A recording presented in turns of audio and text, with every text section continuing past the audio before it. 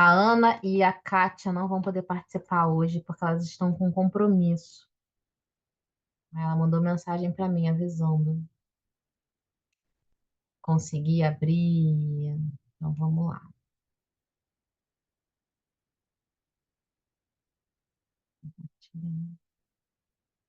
Deixa aqui.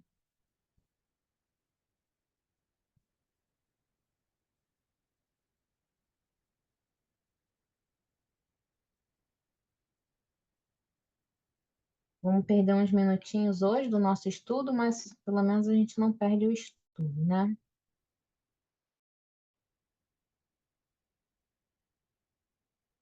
Vocês estão vendo?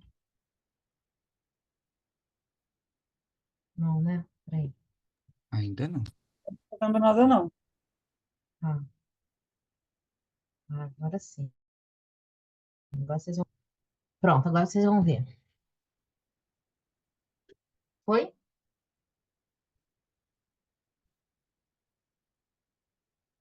Semana passada, a gente parou ainda nesse trecho que Ananias está conversando, contando toda a sua passagem, como Ananias teve contato com Cristo, né? Porque Saulo quis saber de Jesus, e fez perguntas para ele, e aí ele sentou ali e começou a contar. Então, a gente passou já por aqui, por esse trechinho. A gente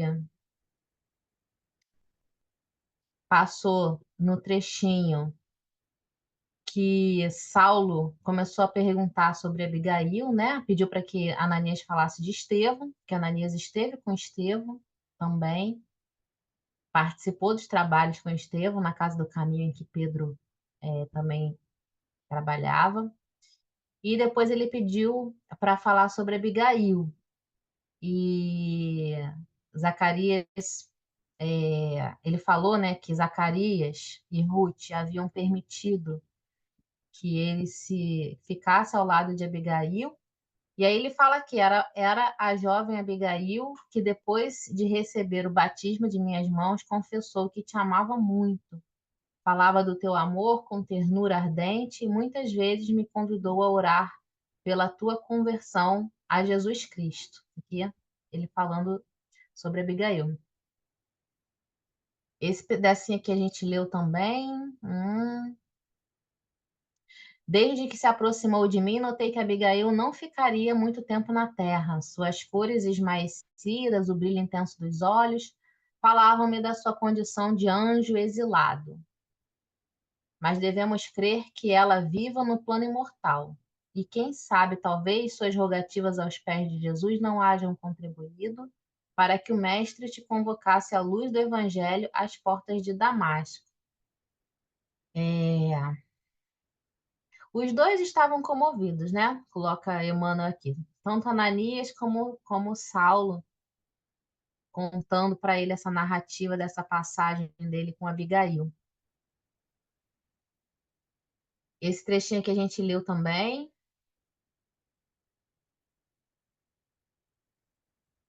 E a gente parou aqui, né?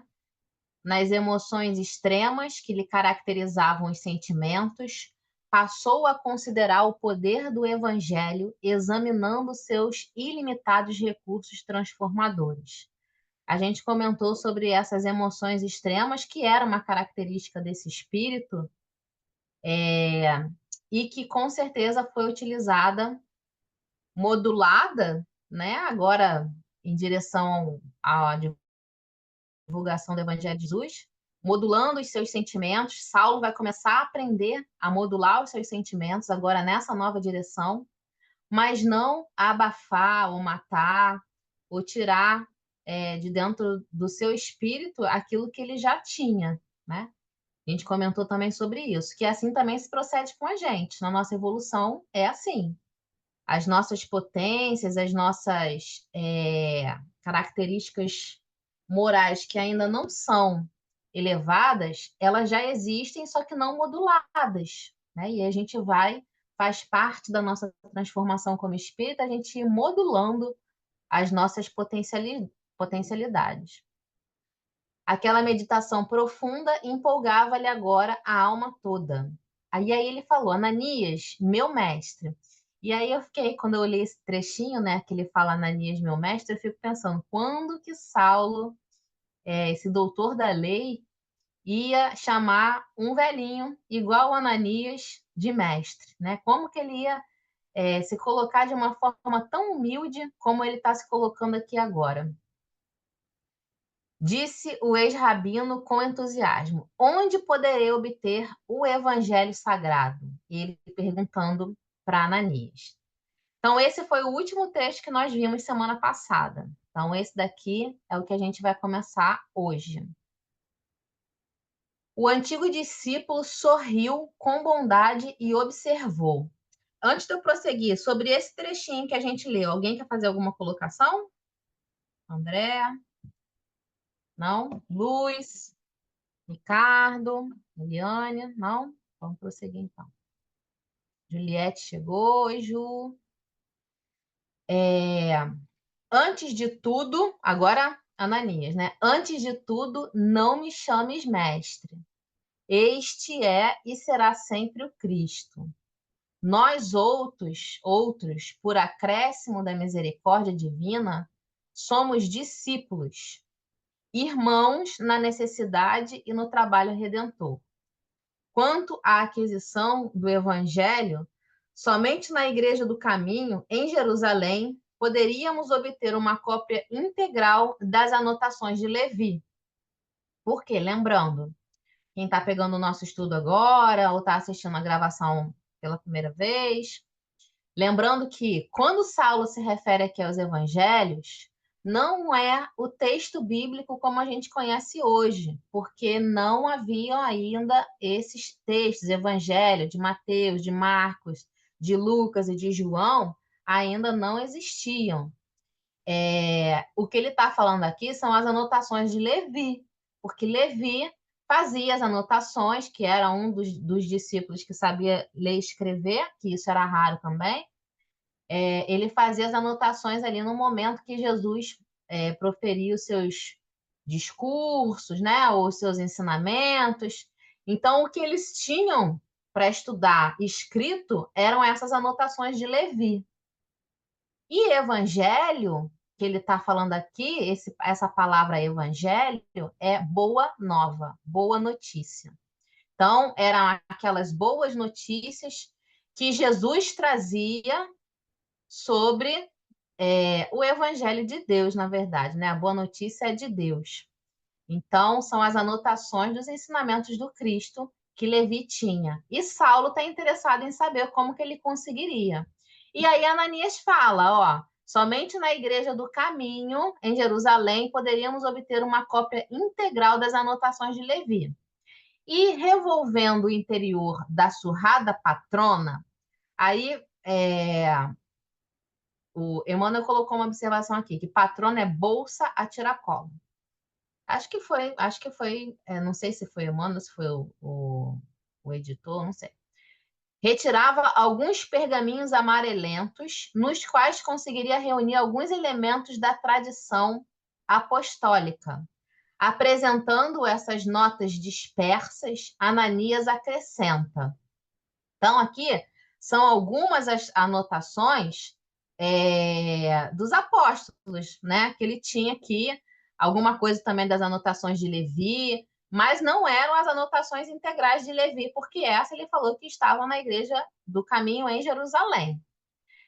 E ele falou assim, ó, verbalmente tenho de cor quase todos os ensinamentos, mas no que se refere à parte escrita, aqui tens tudo que possuo. E aí ele entregou, ó.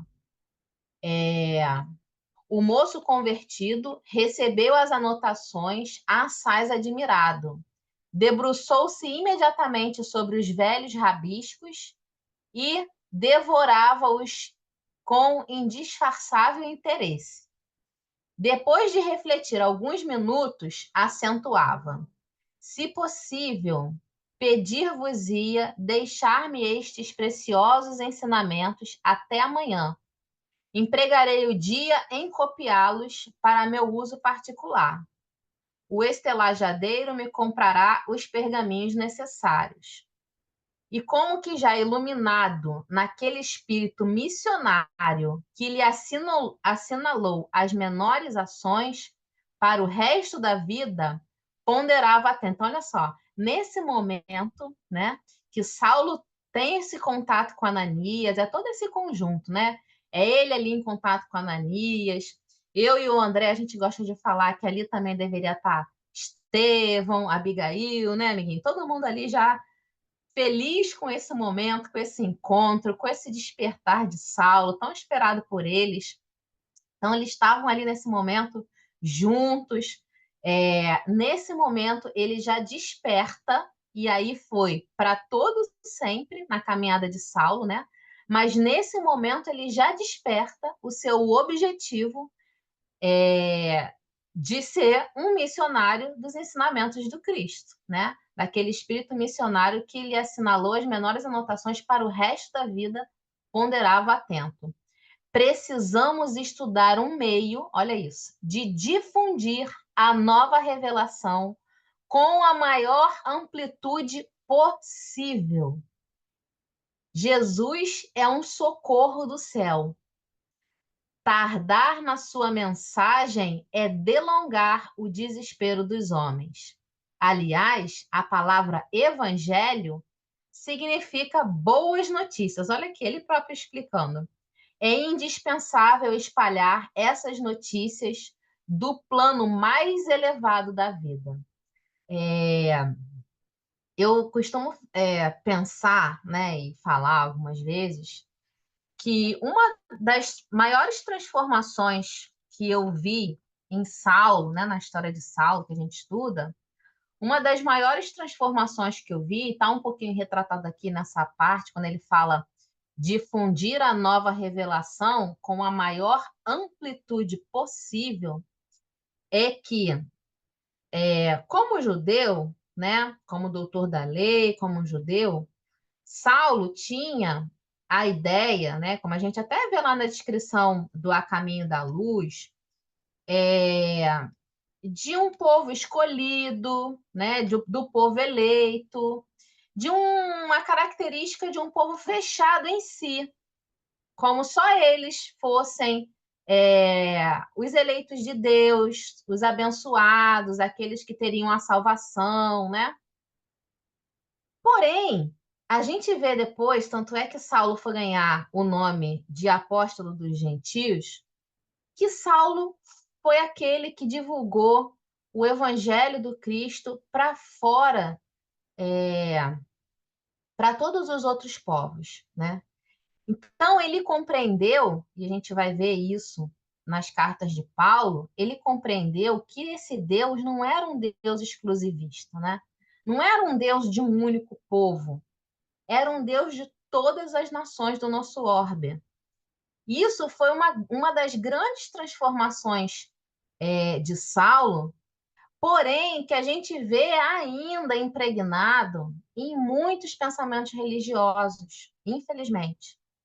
Porque muitos pensamentos religiosos até hoje falam: o meu Deus, o Deus que eu conheço, o Deus que eu professo, né?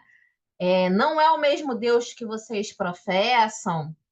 Ainda existe, né, essa divisão de meu Deus, não conseguimos ainda nos enxergar como irmãos de um único Deus, né? A gente sim, a nossa doutrina, a nossa religião, né, e as religiões cristãs, elas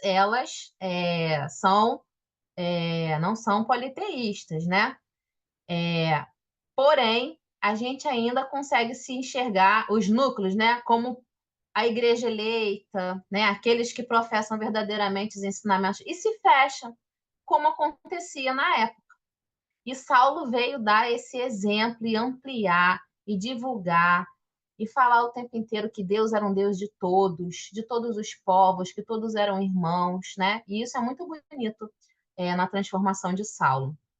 Quer falar, amiguinha, alguma coisa sobre isso? Não? E aqui, nesse momento. Fala, abriu o microfone que eu vi. Não, não, ia falar que É interessante que mal começou, já tem esse impulso de divulgação, né?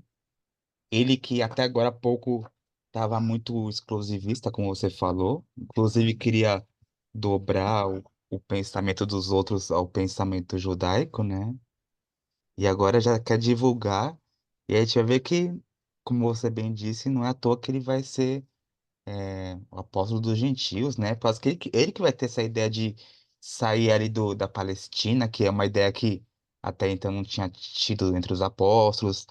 Ele que ia começar outras ideias de copiar esses manuscritos para divulgar, enfim.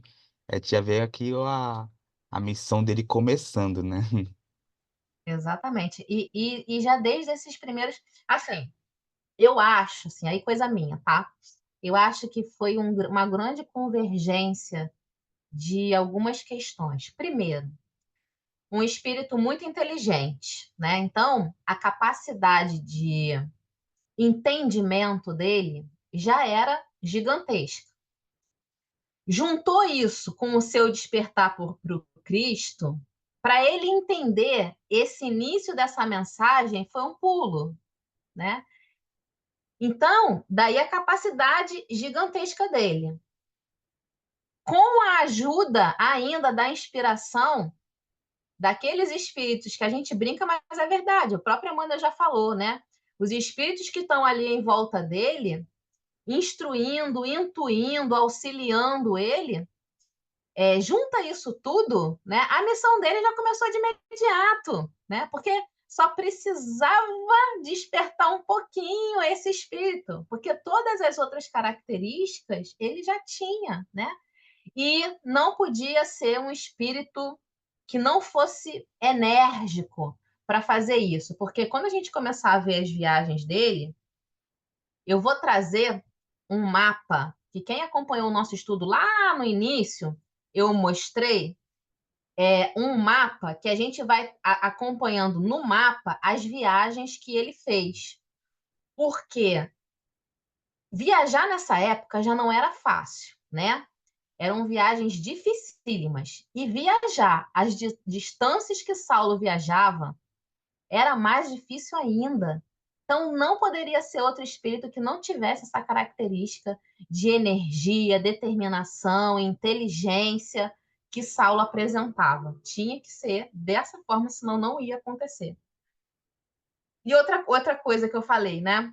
A gente, eu falei que não haviam os textos do Evangelho ainda, como a gente conhece hoje, e os primeiros escritos cristãos que tiveram foram as cartas de Paulo. As cartas de Paulo foram escritas antes dos textos dos evangelistas. Então, a organização que a gente conhece hoje na Bíblia, né, que é, como o André muito bem falou naquele estudo dele, que ele colocou, fez aqui com a gente, da Bíblia, os livros da Bíblia foram escritos em datas diversas. Depois eles foram juntados, né? E foi estabelecida uma ordem, e aí essa ordem foi seguida para todas as traduções, interpretações e tal. Então vem lá os evangelistas, depois vem Atos, depois vem as cartas de Paulo. Só que a cronologia de surgimento desses livros não foi esse. Primeiro vieram as cartas de Paulo, foram os primeiros escritos que tiveram. Depois vieram os evangelhos, e aí tem várias datas, né? E depois veio Atos, que foi escrito por Lucas, né? Mas a gente vai ver isso mais para frente. A gente vai ver, inclusive, o momento em que Saulo começou a escrever as cartas e o porquê dele ter começado a escrever as suas famosas cartas. Não vou falar aqui para não dar spoiler para quem não conhece o livro, porque também é um momento muito emocionante. Mas a gente vai ver por que ele começou a escrever as cartas. Quer complementar, amiguinho? Pode prosseguir. Bom, a gente tem esse spoiler também que, apesar disso, havia um rascunho, né, de um evangelho já. Apesar de não ter o evangelho já formado, provavelmente que a gente entende que Levi, né, que é Mateus, já ia anotando lá com enquanto Jesus falando. Eu particularmente acredito que eram anotações só com os ditos de Jesus, né? Só teria as falas de Jesus. Não sei se você já viu naquelas Bíblias que tem a fala de Jesus em vermelhinho. Seria como se fosse tudo em vermelhinho, né? Seriam só ditos. Então seria o Sermão da Montanha, seria os grandes sermões de Jesus, né? Sem os milagres, sem outras passagens nas narrativas, né? O nascimento, sem essa parte, né? Que viria a ser formado posteriormente, né? Mas o que você falou também, só colocaria um ponto que, claro, Saulo já estava pronto, né? Mas a providência divina faria ele esperar algum bom tempo, né? Mandaria ele para o deserto, depois ele vai trabalhar como tecelão em Tarso, né? Ele achava aqui que ele já, não, já vou empreender esse ministério do Cristo, aqui já vou começar a trabalhar hoje mesmo, né? Mas a vida mostra pra gente que por melhor que seja a pessoa, né, como o Saulo era, né, muitas qualidades, mas a providência divina mostra que a gente ainda precisa às vezes, parar um pouquinho, né, refletir. Ele precisava, como vai dizer mais pra frente, né, primeiro antes de semear essas sementes, colher essas sementes para si, né, estudar esse texto, por causa que até então ele não tinha estudado nada, né? Ele tinha o disse-me-disse, né? Disse o que a Ananias falou, mas sequer nem tinha visto nada, né? De ensinamento, enfim. Então é uma construção que vai durar um bom tempo, né? Vai durar um bom tempo, a gente vai ver isso. Isso é importante, né? É, porque É, às vezes eu vejo, às vezes a pessoa chega na casa espírita, já quer começar trabalhando no lugar mais importante, mas às vezes a espiritualidade fala, não, pera aí, vamos com calma, meu amigo, vamos, vamos fazer uns vamos se cursos, ambientar primeiro, né? vamos se Vamos se ambientar, exato, ambiente. Olha, exato. tem uma questão assim que eu acho que é o seguinte: você que já participou também de mesa mediúnica, não sei se você passou por isso. É, você acolher e em nome de Jesus, né? Você acolher, você falar do Cristo, demanda um tanto de envolvimento com o estudo e com a proximidade de Jesus. Eu, às vezes, vejo dois tipos de trabalhadores na mesa. Aquele trabalhador que tem o desenvolvimento mediúnico, mas não tem o hábito do estudo do Evangelho de Jesus, e aí não tem o hábito da proximidade com o Cristo, e aquele que é dedicado, trabalhador, dedicado no estudo do Evangelho, nos estudos do Cristo, a forma de acolher é diferente. O discurso na hora de acolher é diferente. Porque quando você está envolvido com Jesus, né, quando você se sente próximo, você tem uma fala diferente. A sua fala é mais carregada de amor, a sua fala é mais carregada da misericórdia de Deus, a tua fala é mais carregada de empatia, né? Você é mais envolto nesses sentimentos. Quando você não tá, você é muito, é até um tanto mais frio, sabe? Um tanto mais fechado, sabe? Então, eu acho que para você falar, sobretudo no que Paulo iria representar, né, para o Cristo, ele tinha, né, que ter esse preparo, sim, né, trazer para dentro da sua vivência, trazer para dentro do seu coração. Ele veio Não, ele ia repetir tudo da mesma forma, só que mudar o discurso, ia mudar a falar do evangelho, mas ia continuar violentando as pessoas, né? exatamente, como a gente vai ver ainda nesse capítulo, a primeira tentativa dele de discursar. A gente vai ver aqui que não deu certo, né? Por quê? E outra coisa, e aí é uma interpretação minha, tá? É, a gente, às vezes, antes de despertar, até dentro da doutrina espírita, e eu senti um pouco disso, antes de entender a necessidade do nosso orar e vigiar, a gente desperta, a gente olha aquilo e fala: meu Deus, isso faz todo sentido, é aqui que está a verdade. Você despertou intelectualmente. Porém, a sua vibração ainda está ligada, porque isso também não é uma coisa que você transforma virando uma chavezinha, a sua vibração ainda está muito conectada ao seu comportamento e aos seus pensamentos anteriores. Então, o seu despertar intelectual não é junto com o seu despertar moral nem vibracional. Então, você precisa aprender a equilibrar a sua vibração, você precisa entender um monte de coisas para até você conseguir chegar numa vibração, num comportamento, numa ideal para você começar a aprender a falar. Então, Paulo aqui, Saulo, né? A gente viu no caminho mesmo indo para Damasco o tumulto de pensamentos que ele estava, um tumulto de pensamento, um tumulto de sensações, um tumulto de sentimentos. Então, ele vai precisar equilibrar isso tudo, até para facilitar a conexão com a espiritualidade, com os espíritos que vão estar ali amparando ele. Então, isso tudo faz ele ir para o deserto, né? Tudo isso vai fazer parte do preparo para a missão que ele tem. Fala, Niguinho André.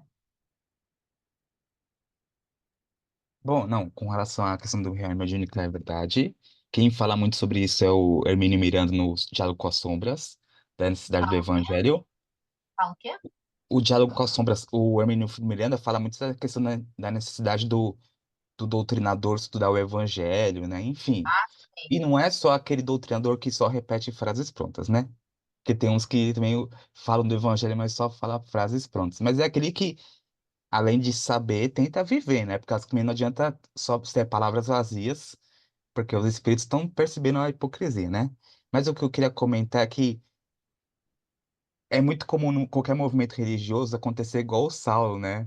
A pessoa. Eu pensei que você ia falar isso quando você começou a falar da. Quando você conheceu a doutrina espírita. Porque quando a pessoa conhece o movimento religioso, ela quer que todo mundo conheça também, quer divulgar. Esse instinto de divulgação de Saulo é muito presente em quem conheceu, nossa, um brinquedo novo, né? Um presente novo. Nossa, todo mundo precisa saber essa novidade. Não que seja ruim, mas é te ver irmãos nossos que, independente da religião, já começam a querer que todo mundo vire espírita, que todo mundo vire evangélico, que todo mundo vire tal coisa, né? É muito similar esse movimento de Saulo, né? Que ele quer já converter todo mundo, né? Sim. Eu fazia isso. No início, Marcos não me suportava. Eu fazia isso. Eu queria doutrinar todo mundo. Eu não entendia por que que as pessoas, né? Eu falava assim, gente, por que que as pessoas não entendem que isso aqui é verdade, né? E queria doutrinar todo mundo. Com o tempo é que eu fui entendendo que cada um tem o seu momento, né? Cada um tem o seu despertar e que a gente precisa é, entender e acolher, né? Mas eu era espiritez o tempo inteiro, abria a boca para falar só de espiritismo. Hoje em dia, não. Hoje em dia, eu falo de espiritismo quando me perguntam, ou quando. Sobretudo quando me perguntam, né? Assim, eu digo, é, fora do ambiente espírita, né? No trabalho, na família. Eu falo quando me perguntam. Na época que eu estava na faculdade, é, também, muitas pessoas, quando souberam que eu era espírita, me questionavam muitas coisas. Inclusive, eu tinha uma amiga de faculdade que ela era evangélica e ela me perguntava várias coisas, porque ela falou que, apesar de ser evangélica, ela tinha muita curiosidade de entender algumas questões do espírita. E ela nunca tinha tido oportunidade, né? Porque como que ela ia procurar um espírita? E ela me perguntava várias questões. E era muito legal, porque ela sabia respeitar. Tinha coisa que ela falava assim: ah, isso eu não concordo, não. E acabou. Não concordo, tá beleza. Ela tem todo o direito de não concordar. Aí eu falava assim: não, fulano, eu entendo que você não concorde, mas pra gente, você perguntou, eu tô explicando, é assim, assim, assim, assim. E era um diálogo muito saudável, sabe? Ela é uma pessoa que respeitava, eu respeitava ela também. Enfim, mas eu era desse jeito, queria doutrinar todo mundo para o espiritismo. É o que Saulo vai tentar fazer, né? Jesus enviou-me um médico. Ananias veio curar-me em seu nome. E antes que o homem. Ah, não, peraí, lá em cima. Enquanto o velho pregador do caminho observava-o interessado, o convertido de Damasco chamou o hoteleiro para comprar os pergaminhos. Ainda bem que aqui ainda tinha dinheiro, né? Porque pergaminho era bem caro, né, amigo? Bem caro na época. Judas. Hoje em dia, se fosse antigamente, aqui atrás seria uma ostentação, seria bitrilionário. Eu falo, nossa, o que esse André é muito rico, né? Antigamente o livro era absurdamente caro, né? Dias de trabalho, não só o papiro, mas a tinta que era preparado, que era não era tinta artificial como a gente tem hoje, né? Tinha tudo um preparo de origem vegetal, né? Tudo era mais trabalhoso nessa época, né? Não só as viagens, como disse a Elaine, né, Elaine? Não tinha as estradas boas, não tinha carro, não tinha avião, não tinha posto grau no meio do caminho, não tinha nada. Era negócio, era, como diz o ditado, era tudo mato, né? E também não tinha essa questão do livro. Poucos tinham condições de ter um livro, e muito menos ainda tinha condições, não tinha nem como ler, né? Enfim. Nem Tanto é ler, que nem faz escrever, né? uma profissão que eram os copistas, que eram especializados em copiar, né? Que já que não tinha aquela imprensa, né, que Gutenberg ia lançar depois, futuramente, né? Tinha que copiar um por um. Então, imagina só o preço que ia. Imagina só, não, eu vou te contratar durante 3 meses para copiar toda a Bíblia, né? É muito trabalhoso. Super caro, né? Pagar um profissional especializado, né? Além do papiro esse que era feito com a planta, aí tinha que colocar a planta naquela prensa, esperar secar, blá blá blá, né? Isso sem falar que não era pergaminho, que era mais caro ainda. Aí tem a tinta, quer dizer, era toda uma arte, né? Que hoje em dia, com os livros na mão, a gente menospreza. Ah, não, eu tenho aqui e tal, mas antigamente era um acesso bem restrito, né? E os copistas cobravam para fazer as cópias por letra. Por isso que eles colocavam, né, as letras todas retinhas assim, né, formando, porque eles contavam, né, amigo, as letras Multiplicava a linha por coluna. linha por coluna, e E aí não, tinha ti- e não tinha espaço, não tinha vírgula, não tinha pontuação, não tinha nada, era parava tudo junto. E tudo maiúsculo, né? Então era bem complicado, né? tudo era assim, bem, bem diferente, né? Também para economizar papiro, né? Então por isso que não tinha espaçamento, era tudo bem juntinho. Bom, então ele chamou Judas, que era o dono ali da hotelaria que ele estava, né? É, E Judas surpreendeu-se ao verificar a cura insólita, porque Saulo entrou ali na hospedagem de Judas cego, né? E ficou cego 3 dias trancado no quarto. E agora Saulo chama ele, vendo, satisfazendo-lhe a curiosidade, o jovem de Tarso falou, sem rebuços: Jesus enviou-me um médico. Ananias veio curar-me em seu nome. E antes que o homem se recobrasse do espanto, acumulava-o de recomendações a respeito dos pergaminhos que desejava, entregando-lhe a quantia necessária. Dando largas ao entusiasmo que lhe ia na alma, dirigiu-se novamente a Ananias, expondo-lhe seus planos. Até aqui ocupava o meu tempo no estudo e na exegese da lei de Moisés. Agora, porém, encherei as horas com o Espírito do Cristo. Trabalharei nesse mistério até ao fim dos meus dias. Buscarei iniciar meu trabalho aqui mesmo em Damasco. Bom, Eu falei, Saulo, tá bom, você tá muito entusiasmado, mas vamos com calma. É igual o espírita que chega na casa espírita, não, eu quero fazer tudo, não sei o que, calma, calma, calma. Jesus só falou pra você, entra na cidade, calma, não te deu nenhuma tarefa. Ih, que eu quero fazer, calma, Saulo, eu sei. ele A gente sabe já o futuro, mas. Oi? já vai querer converter toda a sinagoga de Damasco. Exato. Ó, disso aqui tudo que ele falou, ele acertou que ele ia passar a ser o novo exegeta, né, da lei dos escritos do Cristo. É, Encherei as horas com o Espírito do Cristo. Também acertou isso. A vida dele foi preenchida pelo Cristo. Trabalharei nesse mistério até o fim dos meus dias. Acertou também, né? Trabalhou até o fim dos seus dias na divulgação dos ensinos do Cristo. Agora, iniciarei meu trabalho aqui mesmo em Damasco, ele errou. Isso É, ele não foi. ele tentou. Tentou. Vamos lá. Não deu muito certo. Não deu. E fazendo uma pausa, perguntava ao benfeitor que o ouvia em silêncio. Tem alguém falando no chat aqui, deixa eu ver o que é. 3 dias na tumba, no túmulo, 3 dias. Para depois ressuscitar, né? Conheceis na cidade um rapaz fariseu de nome Sadoc? Aí ele começou a perguntar para Ananias se ele conhecia Sadoc. Quem não se lembra, Sadoc é aquele amigo dele.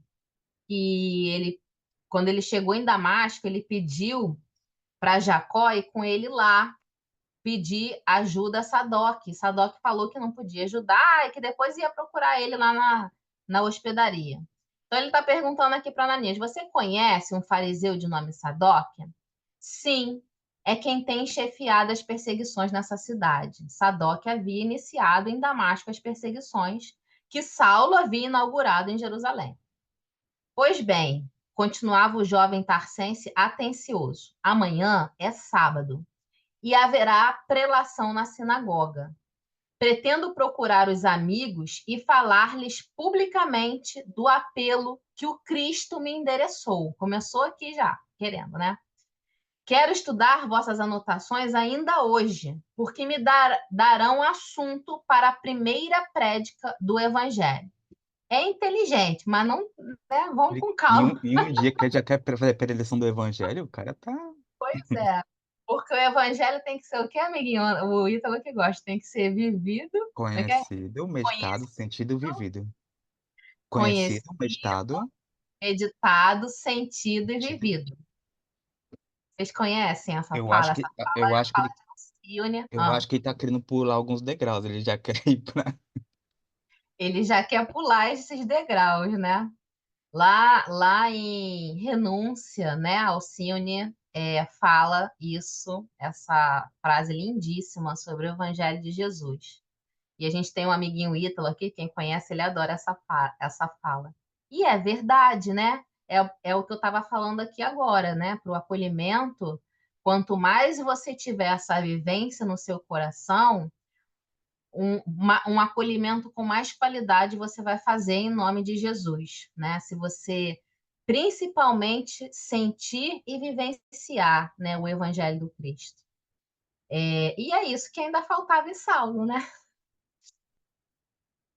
Bom, então ele está falando aqui. Quero estudar vossas anotações ainda hoje, porque me darão assunto para a primeira prédica do Evangelho. Vamos lá. Deixa eu ver que horas são. Até que deu para a gente ver bastante, né? Que bom. E aí Ananias começa, né, a falar com ele. Olha, para ser sincero, disse Ananias com a sua experiência dos homens, acho que deves ser muito prudente nessa nova fase religiosa. É possível que teus amigos da sinagoga não estejam preparados para receber a luz da verdade toda. A má fé tem sempre caminhos para tentar a confusão do que é puro. Engraçado que ele fala que não estejam preparados para receber a luz da verdade toda, né? Porque precisam receber em conta-gotas, né? Porque não são capazes de receber, assim como Saulo. Saulo recebeu a luz do Cristo ali na frente dele e despertou, né? Mas é a luz do Cristo, né? Agora, na sinagoga, para os seus companheiros fariseus, né? Aí seria diferente. Mas se eu vi Jesus, não tenho direito de ocultar uma revelação incontestável, exclamou o neófito, como a salientar, antes de tudo, a boa intenção que o animava, sempre animado de boa intenção, mesmo quando não estava desperto para isso, né? Sim, não digo que fujas do testemunho, explicou o calmo velhinho discípulo, mas devo encarecer a maior prudência nas atitudes. Não pela doutrina do Cristo, superior e invulnerável a qualquer ataque dos homens, mas por ti mesmo. Faltou ele falar, você não viu o que aconteceu com Estevão, tendo essa mesma atitude sua? Porque foi isso, né? Defendendo a doutrina do Cristo, foi, foi morto, porque aqueles que o ouviam, inclusive Saulo, não estavam ainda em condições de receber essa luz toda. Eu achei Vamos legal o que ser. ele falou. Não pela Hum. doutrina do Cristo, superior e invulnerável a qualquer ataque dos homens, né? Porque em todas as épocas tiveram aqueles pretensos defensores da doutrina do Cristo. Mas uma coisa que eu aprendi é que a verdade não precisa ser defendida, a verdade se defende pelo próprio tempo, né?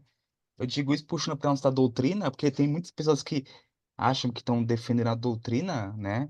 Mas isso violentando o outro, machucando os outros, né? Enfim. Mas a doutrina se sustenta por si, na minha opinião, né? Não que a gente também vai desvirtuar, mas eu digo assim. A verdade tem o tempo como seu aliado. Uma hora vai chegar, né? Por mais que às vezes se desvie, mas volte, vai voltar a verdade. E a verdade é soberana, vai sempre prevalecer, né? Conforme a gente vai evoluindo, a verdade vai prevalecer. E a doutrina do Cristo mostra isso pra gente, né? Por mais que passe séculos e séculos, por mais que tentem deturpar, continua firme e forte aí, né? Porque a doutrina não é dos homens, né? Na sua opinião e na opinião de Gamaliel, né? Porque foi isso que Gamaliel falou, né? Se eles estiverem Isso. errados, Pro né? Sinédrio. Lembra disso? Isso, Se diante do ele... Sinédrio, ele falou, isso, Fala você. não, não, diante do Sinédrio, Gamaliel foi uma voz sensata, né, por causa que, enquanto todo mundo tava acusando, né, ele falou, opa, não, vamos deixar, porque se essa doutrina aí desses galileus forem Uma farsa? vazias, se não tiver junto com a verdade, vai acabar morrendo por si mesmo. E é verdade, né? Qualquer coisa que não está alinhada com a verdade, uma hora vai morrer. Por mais que a fake news pode durar um certo tempo, mas uma hora vai perecer, né? A verdade sempre está à tona. Mas ele fala, ó, mas em compensação, se a gente estiver combatendo e essa doutrina, essa religião, né, essa doutrina for de Deus, né? Aí a gente está combatendo o próprio Deus. É mais ou menos isso, né? Que ele falou, Sim, né? isso. E Kardec também, né? Falou isso. Que Eu só tomei um pouco de cuidado para falar, por causa que hum, uma coisa que a gente acho que tem que ter em mente é o seguinte, que a gente acha que existe um abismo entre judaísmo e cristianismo. Na época não existia. Era, entre aspas, tudo a mesma coisa, digamos assim. É como se estaria mais, tipo assim, é como se a doutrina espírita e o pessoal que gosta do ramatismo, vamos dizer assim. Tem o pessoal que gosta, tal, tipo assim. Então, não é, ela é uma outra religião. Então, quando eu tivesse estudar sobre Paulo, o pessoal acha que Paulo mudou totalmente. Não, mas ele, tipo assim, é como se ele não aceitava um Chico Xavier e começou a aceitar Chico Xavier na doutrina espírita, vamos dizer assim. Não é um puro gigantesco assim, tipo assim, era como se fosse um braço já do judaísmo, né? Mesma coisa com o Gamaliel defendendo, né? Não seria uma coisa totalmente diferente, tá? Assentado nas bases do judaísmo, né? na antiga lei, né? Exato. Então não era Na uma antiga, coisa, não é uma coisa totalmente diferente, né? é. A questão foi Jesus ter falado que era o Messias, né? A É. questão maior de implicância, entre aspas, deles. Né, amigo? Mas você concorda, né? Que então, por essa perspectiva, então, Saulo não é uma conversão, tipo assim, igual algumas pessoas acham que, como se, é que as pessoas têm essa visão moderna do judaísmo e cristianismo como se fossem duas caixas diferentes. Mas a conversão de Saulo não foi tanto assim, foi mais um aceitar outros direcionamentos dentro do próprio que ele já acreditava, né? Mais ou menos isso. Foi ampliar. É como Ampliar o aconteceu com a entendimento. gente, é como aconteceu com a gente quando a gente recebeu o Consolador Prometido. O que que aconteceu? E aí eu estou falando com a gente como espíritos Isso, isso. imortais, né? A nossa consciência em relação ao Evangelho de Jesus, né? Ela se ampliou. Ela não A se gente, modificou. a gente não Ela, deixou de ser cristão para ser espírita. A gente continua sendo cristão, né? exatamente. Mas A gente não deixou de ser isso. cristão para ser espírita. A nossa consciência se ampliou. E assim é Isso. o que o André está falando. Eles tinham a antiga lei, né, a lei de Moisés, que eles já professavam, entendiam ela.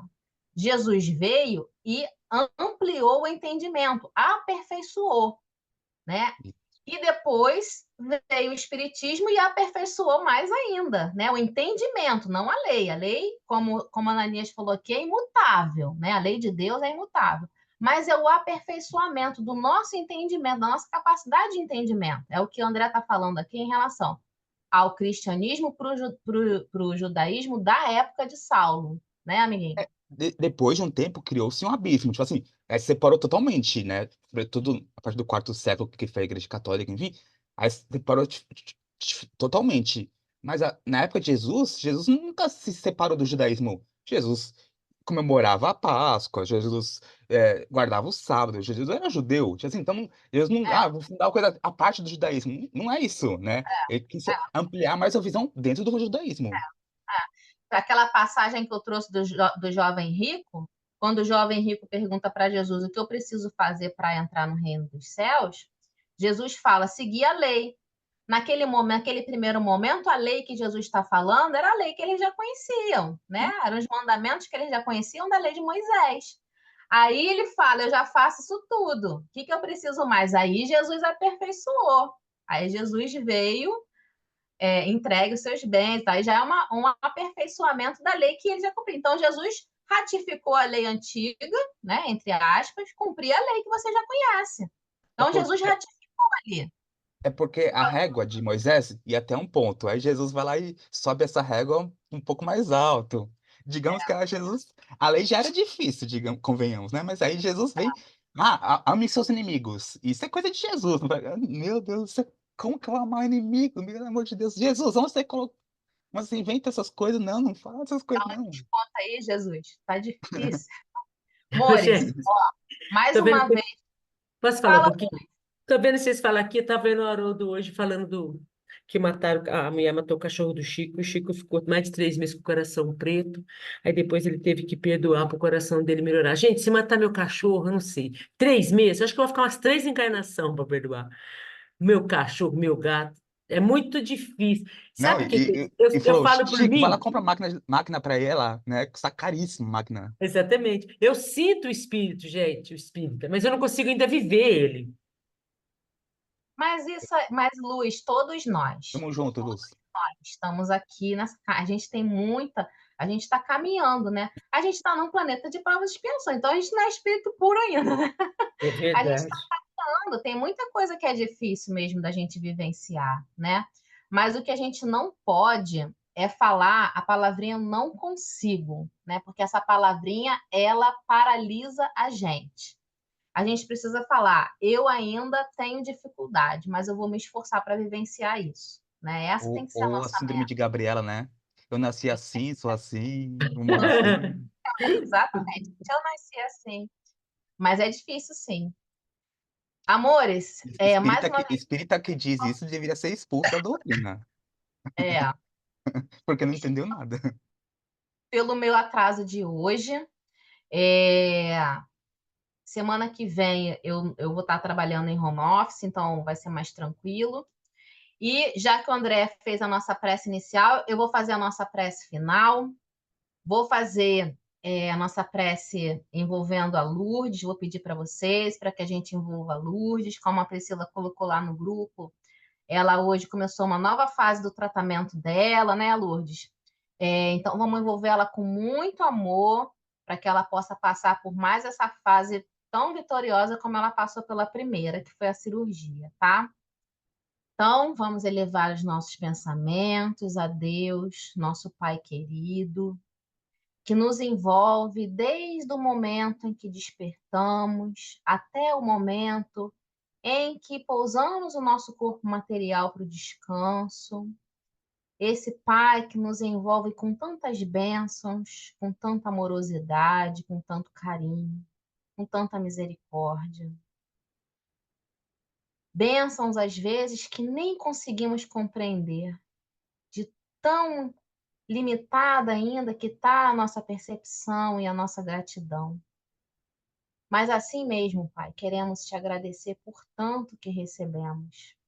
Agradecer pela espiritualidade que nos acompanha nesses momentos que estamos aqui reunidos, com os nossos pensamentos e os nossos sentimentos no mesmo propósito de compreender os ensinamentos do Cristo, trazido por esses primeiros cristãos que nos antecederam na luta e que tanto lutaram para divulgar a sua doutrina. E pedimos hoje, Pai, que envolva a Lourdes, a nossa companheira querida, que passa por um processo de cura do seu corpo material, que passa por um processo de cura nessa sua caminhada. Permita que a espiritualidade que envolve esse trabalho também envolva o seu coração, fortalecendo a sua fé, a sua resignação, a sua esperança. Que todos aqueles profissionais da área de saúde que vão receber a Lourdes possam ser também intuídos pela espiritualidade amiga e que possam oferecer para ela com carinho sempre, com acolhimento, o que for melhor para essa caminhada de cura que ela está trazendo nessa nova jornada. Pedimos, Mestre, que igualmente abençoe a todos aqueles que trazemos em nosso coração, em nosso pensamento, e nos abençoe também.